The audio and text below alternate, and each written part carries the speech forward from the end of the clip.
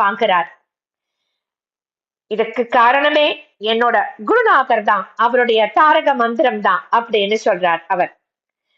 1989 பெங்களூர்ல இருக்காவா.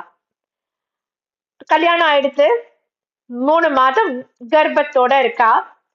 அந்த நிலையில கரிகா வாங்குவதற்காக மார்க்கெட்டுக்கு போயிட்டு இருக்கா.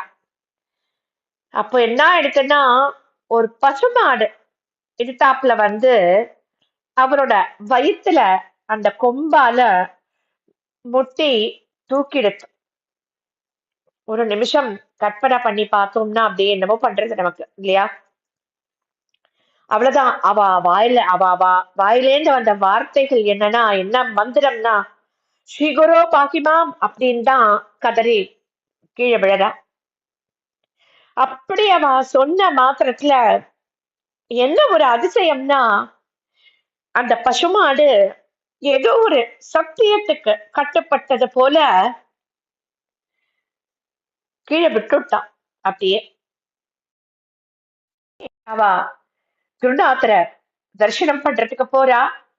தரிசனம் பண்ணிட்டு போயிட்டு அவர்கிட்ட நடந்தத சொல்றா. இந்த மாதிரி நடந்தது, இந்த மாதிரி நான் சொன்ன உடனே அந்த பசுமாடு என்ன கீழே இறக்கி விட்டுடுத்து அப்படின்னு இந்த சம்பவத்தை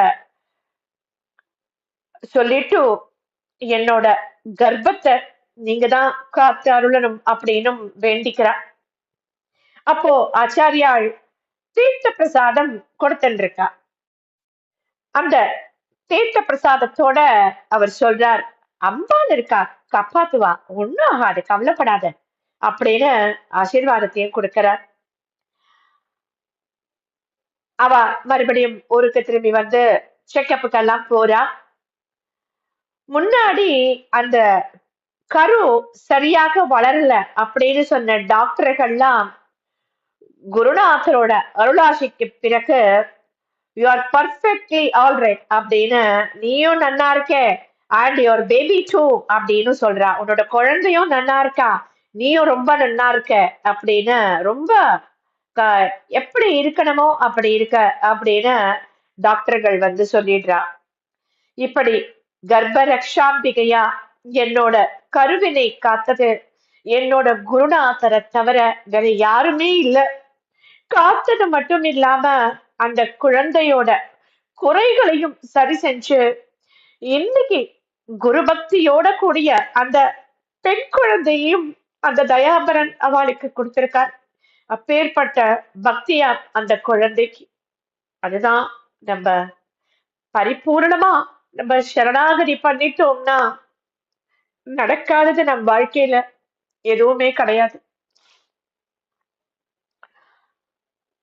அடுத்ததா தன்னோட அனுபவத்தை நம்மோட பகிர்ந்து கொள்பவர் நங்கநல்லூர்ல இருந்து ராஜேஸ்வரி அப்படிங்கிறவர். அவர் வந்து என்ன சொல்றாருன்னா, அவரோட பையன் ரஞ்சனிஹால் கலை அரங்கத்துல ஒரு கலை நிகழ்ச்சிக்கு போயிருக்கான்.